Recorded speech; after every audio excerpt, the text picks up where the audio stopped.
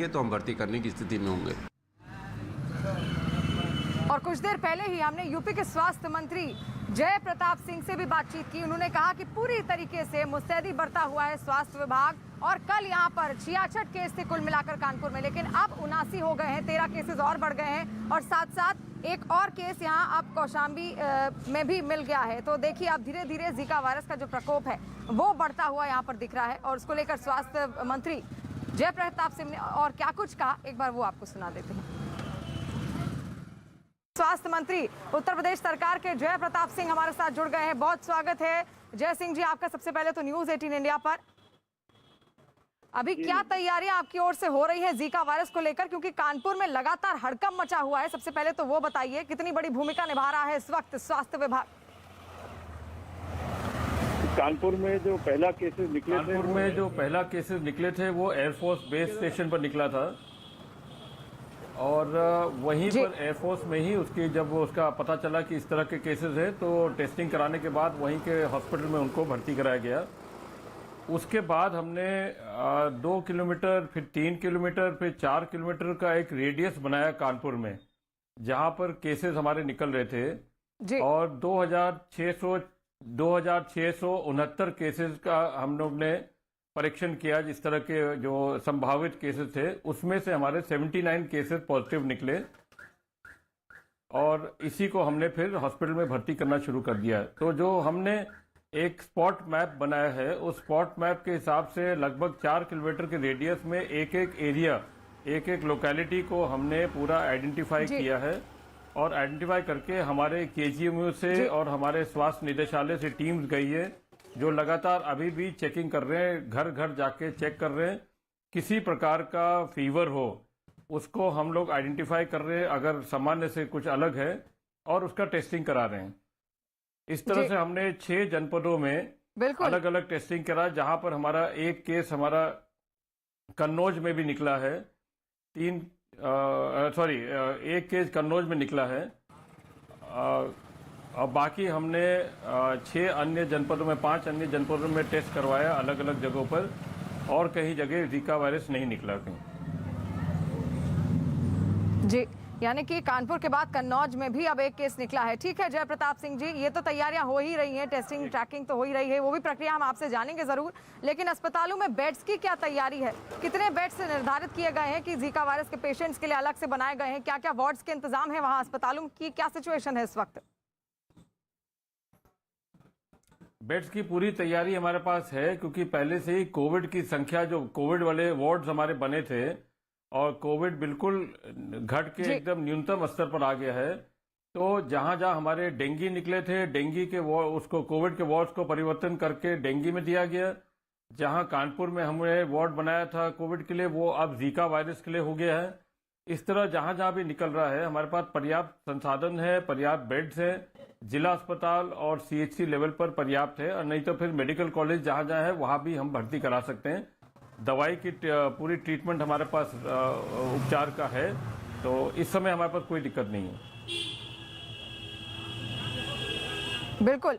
और अब तक कितनी टीमें नगर निगम की गठित कर दी गई हैं? कहां कहां पर वो पहुंच रही हैं? किस तरीके से आप टेस्टिंग और ट्रैकिंग कर रहे हैं? और क्या जोन्स भी बनाए गए हैं, रेड जोन, ग्रीन जोन, जैसा कि कोरोना काल में हमने बनाया था?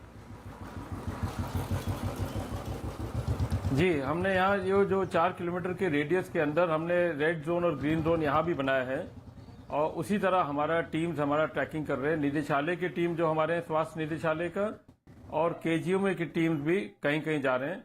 बाकी हमने एक अंतर विभागीय समन्वय, जिसमें नगर निगम और अन्य विभाग को भी जोड़ते हुए, जहां कूड़ा का प्रबंधन करने का है, जहां स्प्रेइंग करना है, जहां फॉगिंग करना है, और घर में जो हमारा दस्तक अभियान के माध्यम से जो हमारे अन्य बीमारियों को चेक करना, उसमें डेंगू का भी चेक करना, उसमें जीका का भी चेक करना, कि किसी तरह का पानी का जल जमाव किसी घर में ना हो, साफ पानी का। तो ये सारी चीजें, सारी बीमारियों को देखते हुए हम घर घर दस्तक करा रहे हैं इसमें।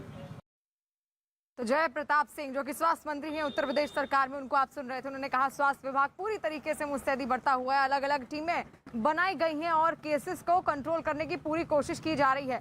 लेकिन ये समझना बेहद जरूरी है कि आखिर जीका वायरस फैलता कैसे है। जीका वायरस एक मच्छर जिसका नाम एडीज है, उसके काटने से ये फैलता है और इसी वजह से स्वास्थ्य विभाग की अगर टीमों की बात की जाए, वन विभाग जो अलग अलग टीमें सैनिटाइजेशन करने यहाँ पर आ रही हैं, नगर निगम की टीम की बात की जाए तो वो कोशिश यही कर रही है कि लोगों को मच्छरों के प्रति ही जागरूक किया जाए। जीका वायरस का एक खास तरह का ये मच्छर है, एडीज एजिप्टाइस से फैलता है और इसलिए मच्छरों को पनपने से रोकने पर सारा जोर है।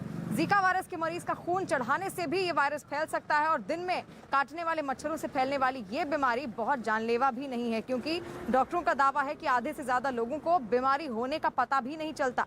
लेकिन खतरा ये है कि गर्भवती महिलाओं को जीका बुखार हो जाए तो पेट में पल रहे बच्चे के लिए वो घातक साबित होता है। और कानपुर में जीका वायरस की चपेट में आए लोगों में 1/3 महिलाएं ही हैं और इसी वजह से लगातार प्रशासन अलग अलग गलियों में जाकर अलग अलग टीमें गठित की गई हैं। नगर निगम की टीम हो, जिला प्रशासन की टीम हो और जाकर गश्त कर रही है। सैनिटाइजेशन लगातार किया जा रहा है हर दिन। सोचिए आलम यह है कि जो कर्मचारी हैं उन्होंने दिवाली की छुट्टी तक नहीं ली, लगातार वो काम करते हुए दिखे। और इस इंडियन पब्लिक हेल्थ एसोसिएशन के अध्यक्ष हैं, उनका क्या कहना है जीका वायरस को लेकर, क्या उन्होंने कहा, एक बार आप सुनिए।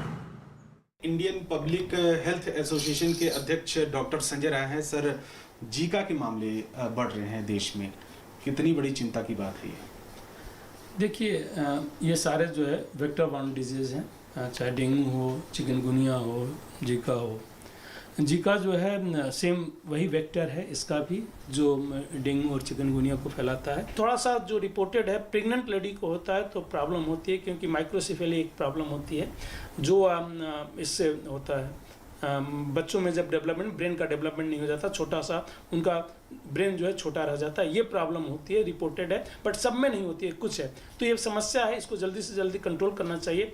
दूसरा, सिर्फ ट्रांसमिशन सिर्फ इससे नहीं होता। एक बार अगर किसी को हो गया तो वह जो है और भी रूट से, जैसे सेक्सुअल रूट से भी ट्रांसमिट हो जाता है, जो कि डेंगू ये सब यूजुअली नहीं होता है। यह जो है सेक्सुअल रूट में, तो एक आदमी के होने के बाद वह दूसरों को भी जो है और भी रूट से जो है या बॉडी फ्लूइड्स से ट्रांसमिट होता है। तो इसका ट्रांसमिशन उसमें हो सकता है। ब्लड ट्रांसफ्यूजन कर रहे हैं तो उसमें भी हो सकता है अगर जीका वायरस है। तो पूरी कोशिश